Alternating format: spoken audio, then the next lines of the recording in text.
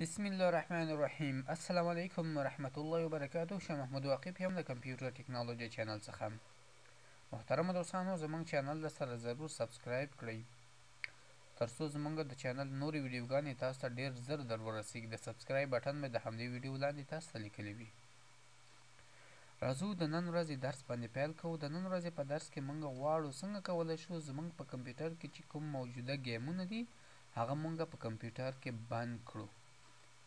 مثلا یو وزګارخیل شخص دی او راځي ستا همیشه ستا دپاره په کمپیوټر کې سردردی جوړ شوی دی او ستا په کمپیوټر کې همیشه دپاره هغه ګیمونه کوي او تاسو نه پرېږدي چې په خپل کمپیوټر کې کار وکړئ. که ورته وایې زما په کمپیوټر کې ګیم مه کړوه نو وایي جانی کډه کوي. خو که چیرې تاسو هغه منع کوئ نو شاید ستاسو نه خفه شي. نو تاسو ورسره د کمپیوټر د ماسټرانو په ډول یو تکتیک ورسره وکاروئ او په خپل کمپیوټر کې ګیمونه بند کړئ. هیڅوک به نشي کولی ستاسو په کمپیوټر کې ګیم وکړي. مثلا زیات قطعه بازان غواړي چې قطعې ستاسو په کمپیوټر کې وکړي، شطرنج ستاسو په کمپیوټر کې وکړي، همدا رقم ته نور ګیمونه. تاسو کولی شئ نوره پروا د چا مه کوئ، هیڅوک به تاسو نه خفه کیږي هم نو او تاسو به خپل هدف ته رسیږئ. نو داسې طریقې ورسره وکړئ چې ګیمونه په خپل کمپیوټر کې بند کړئ. مثلا ګیمونو برخه ستاسو په کمپیوټر کې کومه یو ده، تاسو سټارټ مینو ته راشئ نو دغه د کنټرول پینل یا د وینډوز کالم په دغه لیست کې ګیمز لیکل شوي دي. تاسو په دغه ګیمز باندې کلیک وکړئ. که وګورئ نو تاسو سره مختلف قسم ګیمونه په دې برخه کې موجود دي. هر قسم ګیمونه تاسو سره موجود دي. مثلا دغه قطعې دي، دې باندې کلیک وکړئ.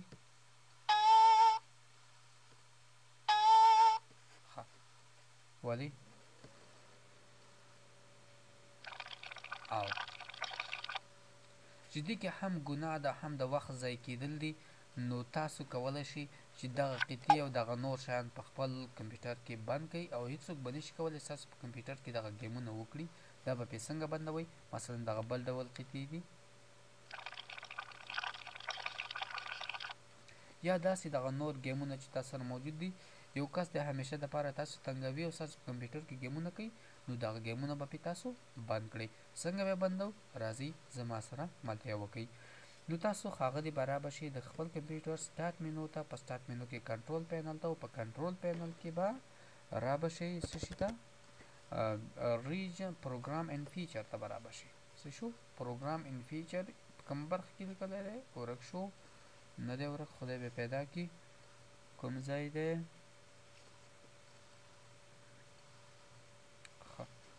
پروګرام ان فیچر ونه تښتېده، دغه دی.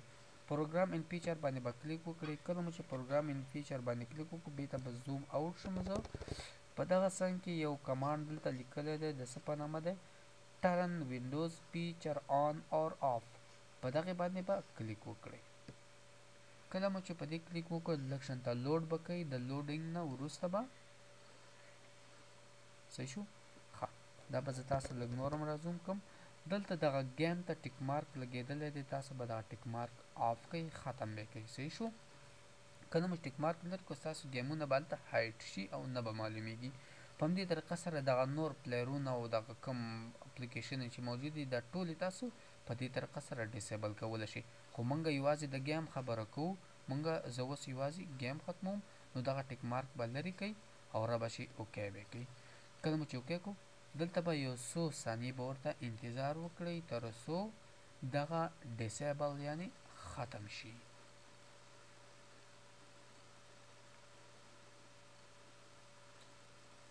اوده کېږئ به ورته نه، دغه دی بس ختمېږي انشاءالله.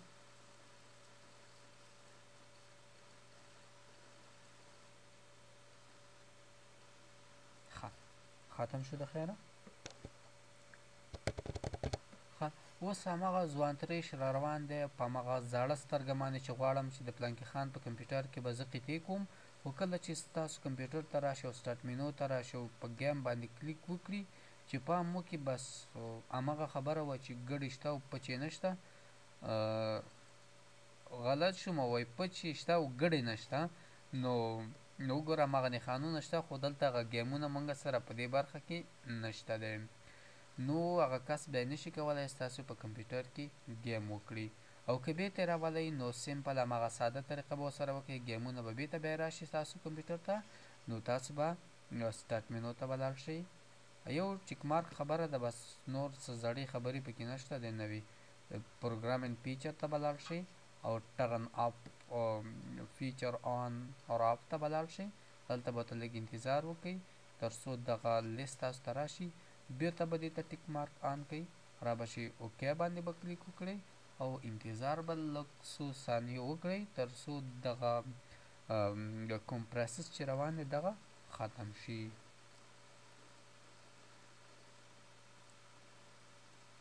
ښه انشاءالله اوس به شروع شي. آفرین.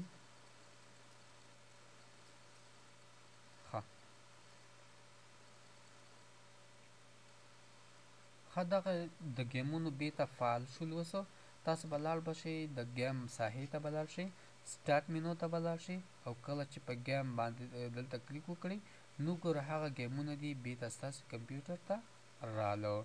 نو محترمو دوستانو که چېرته مو دا ویډیو خوښه شوې وي زموږ چینل د سره سبسکرایب کړئ. یو څو ثانیې وروسته به د کمپیوټر په سکرین تاسو ته زموږ د چینل نورې ویډیوګانې راځي. هره ویډیو چې غواړئ کلیک ورباندې وکړئ، معلومات ترې حاصل کړئ.